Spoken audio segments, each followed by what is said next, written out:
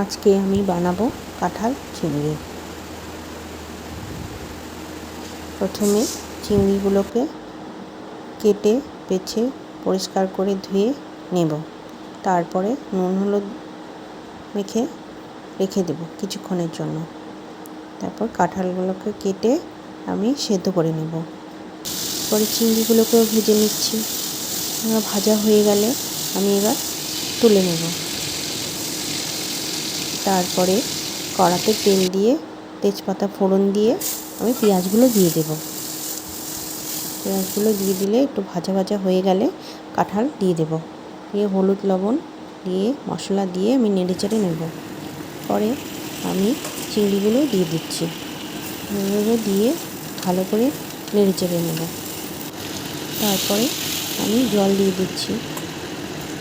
জল দিয়ে কিছুক্ষণের জন্য আমি একটু ফুটতে দেব।